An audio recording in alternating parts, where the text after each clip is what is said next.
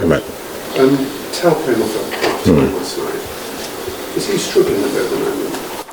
No, look, the reason I took him off, I just thought we needed a spark, we needed something. I just felt like I said, it wasn't about him, because it wasn't about, I could have taken off any one of a number of players. It's just that I felt like we needed something to change the course of events.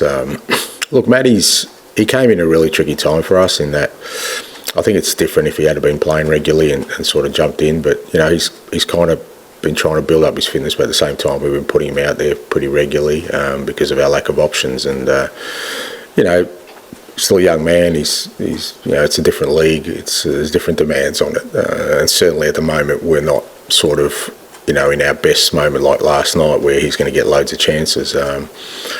But I think again, working with him since he's come here, he's got a really strong head on his shoulders. He even last night, as disappointed as he was to come off, it didn't seem to affect him in terms of his mental kind of aptitude to deal with it and get on with it and try and make an impact in the best way he can. But it's fair to say we've put a lot on a very young player, introduced into our league. And but I remember, look, Lucas was a kind of similar one at the beginning of the year. He struggled a little bit with certain games, especially in Europe. He struggled a couple of times, but over time you've seen him sort of flourish. And I'm sure once we can get Dom back in and hopefully Richie not too far in the future, that we can sort of use him in the way we want to. Completely accept that.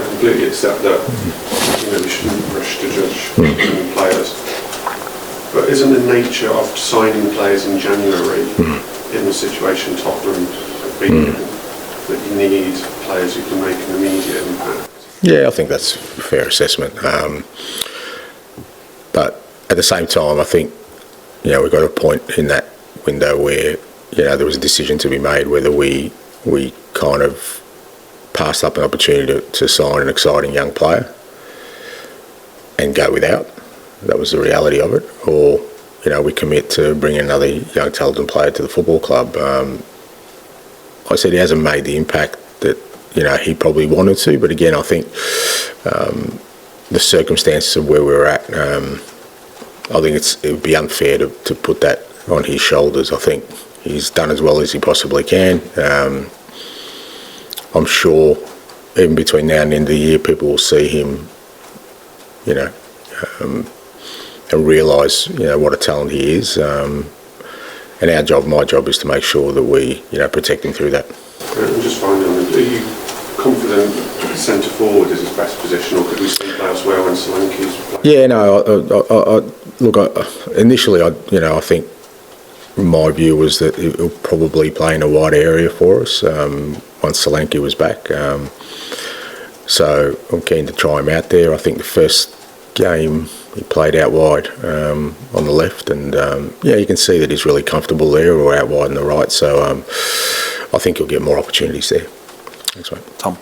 Ange, is there a sort of concern for you that this team isn't sort of delivering when it really matters? Look, if we were kind of in a position where I felt we were well placed to do that, then yes, but we were still missing significant key players last night, and the likes of, it's easy to kind of forget, but the likes of Van der Ven, Romero, Solanke, make an enormous difference to us in just the way we play and with their mindset and with their physicality and with their experience. As I said, we were still very young last night. We're still a very young team. And last night I felt it was a game where we needed to sort of really be strong in certain aspects of the game. And those kind of guys would help us. So, if they were available and we performed like we did last night, then I'd be questioning it. But, there have been games we have delivered. But last night certainly wasn't near the level it needs to be for us to win those kind of games. Even with lag, then you think even when players are back, that they're going to need a bit of time to get up to speed? We don't have lag. We don't have. Look, the reality of it is, like, we where we are right now, we don't have time for all these things for this season anyway. Is that, like I said, look, the tie isn't over. I get last night was disappointing. No one's as disappointed as I am about it. But come Monday morning, we got 4 days to prepare for a game where we're 1-0 down with a home game to come. And I think that's where our mindset should be. But before then, I really think it's important that we play well. And get a result against Bournemouth. I think we still need to move up the table. We can't be dismissive of that. Like I said, our league form, we've won 3 of the last 4, and we need to stay on that kind of trajectory because I think it's important for the club, it's important for these players.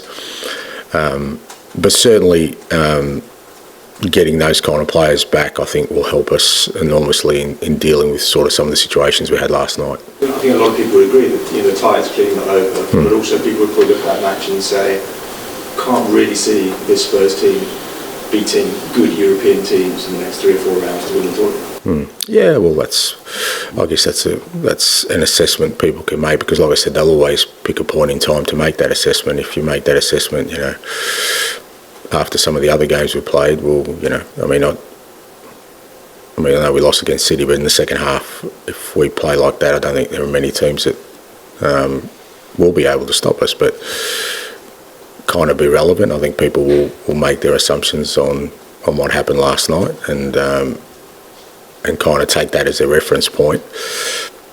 Again, from my perspective, what's important is we get a little bit more consistent in the way we approach things, and I firmly believe that when we play our best football, as we have at times this year, we don't need to fear anyone. Just in the pitch thing with Van der Ven and Romero, does that kind of give that sort of fine margin that kind of suggests maybe they're not quite ready? I don't know, I'm not a doctor. No, you're not, mate. No, you're not. So, But neither am I. Resilience is not that high if you think. Well, no, not really. I think anyone who hasn't played, it's got nothing to do with resilience. Anyone who hasn't played for the amount of time they have in the position they have, it just didn't make sense for us to kind of.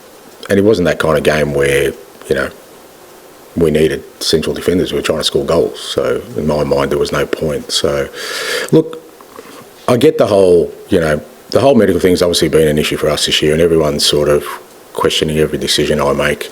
But with the greatest respect, everyone here and everyone in the outside world probably has 5% of the information I do.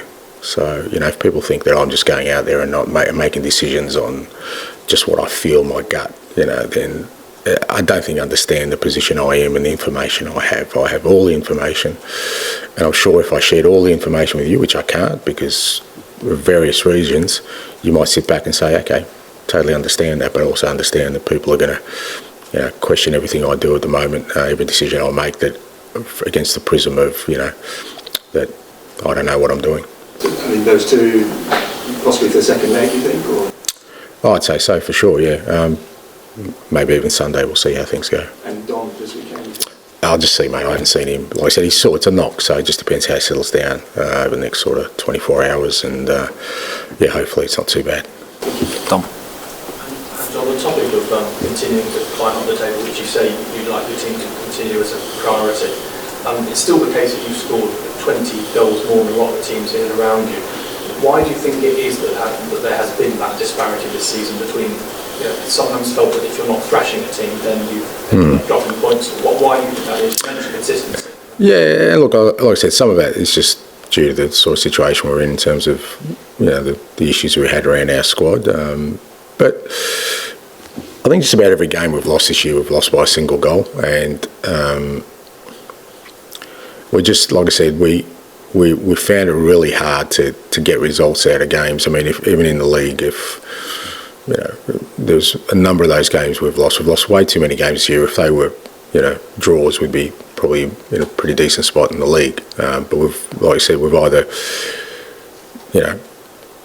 played teams off the park and won really convincingly, or we've lost. There hasn't been any middle ground, and you need middle ground for consistency. And that was evident again last night. I mean, that was a game which, as poor as we were, we still shouldn't have lost if we, if our mindset was right. You get away with a draw and come back with a different scenario, and that's been the case in the league many times this year. So that's part of our issue. Like I said, some of it can be explained by our squad situation, but some of it is also just about our approach and our ability to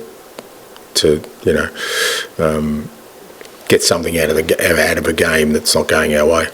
As well as saying that last night was a wake-up call, Son said that next week's second leg will become the biggest game of the season. Do you agree with that? Biggest game of the season, Sunday first, but I know where Sonny's coming from. Obviously, look, we want to continue in the competition, we have to win it. So we have to win on Thursday night. If we don't, then we're out. And in that context, it's the only sort of competition left for us to try and win something. Yeah, it's definitely the biggest game, but I'm going to make sure that none of them are thinking about that.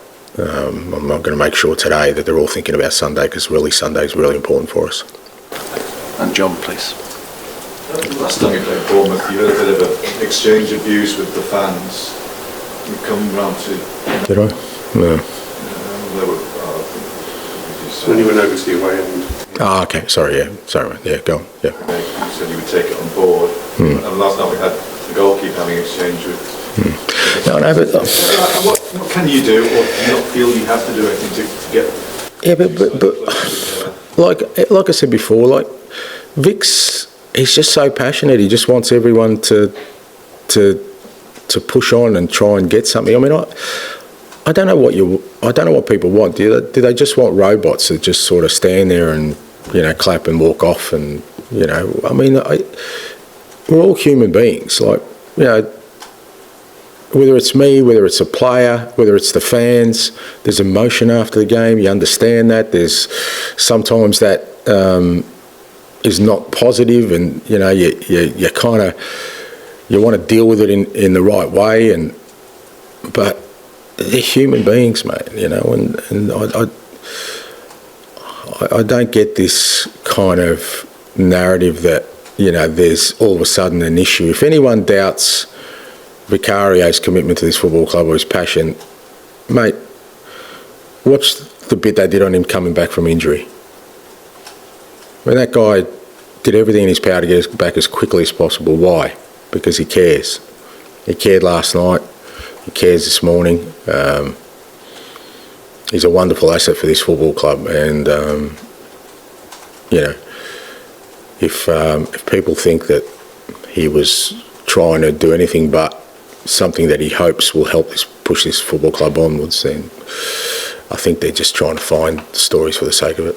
I think most fans do like players with passion, and maybe that's what we could do with more of that. More people like it.